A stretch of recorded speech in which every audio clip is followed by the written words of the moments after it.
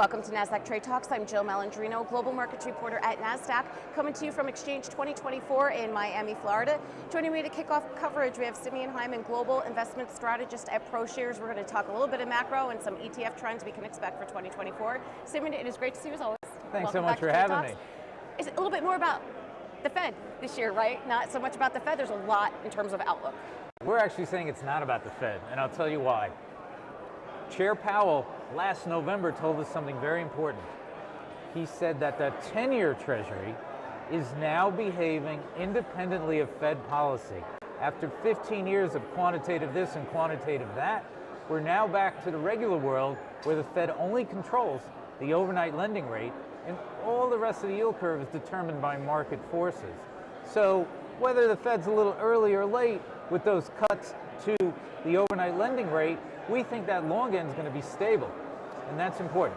Is that a good thing relative to what we've seen over the past 15 years? As long as we get that soft landing, it's a good thing, because it means that at least in that, with a stable 10-year bond, it means PE multiples would at least be stable.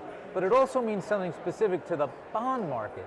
It means that if there is a recession, at least we're starting from longer-term interest rates that have somewhere to go down. And that means that bonds can be a diversifier for the first time in a long time, and maybe you don't have to find those sort of, low volatility equities that are only going to be down half as much as the market. You really want bonds that might actually go up this time if equities go down. What are trends that you expect to hear from Exchange 2024 this year?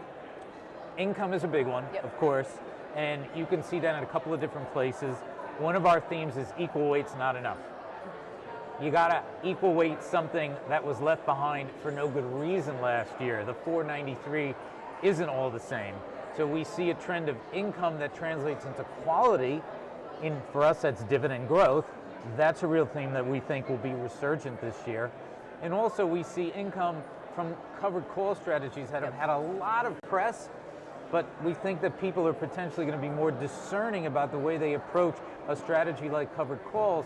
Because if you look at last year, a traditional monthly strategy, the BXM is the monthly covered call index. It was up only 11% versus 26 for the S&P.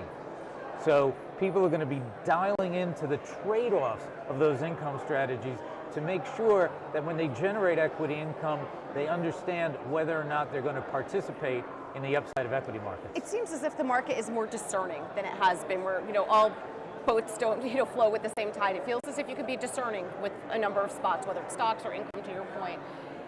Stock picker market, income picking market, it feels much more specific this year, if you will. Again, I think it comes back to quality. Yeah.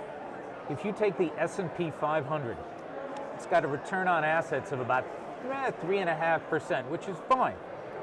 If you equal weight the S&P 500, you get a return on assets of 2.5. That's a massive degradation in quality if you just simply blindly equal weight. Equal weight's not enough.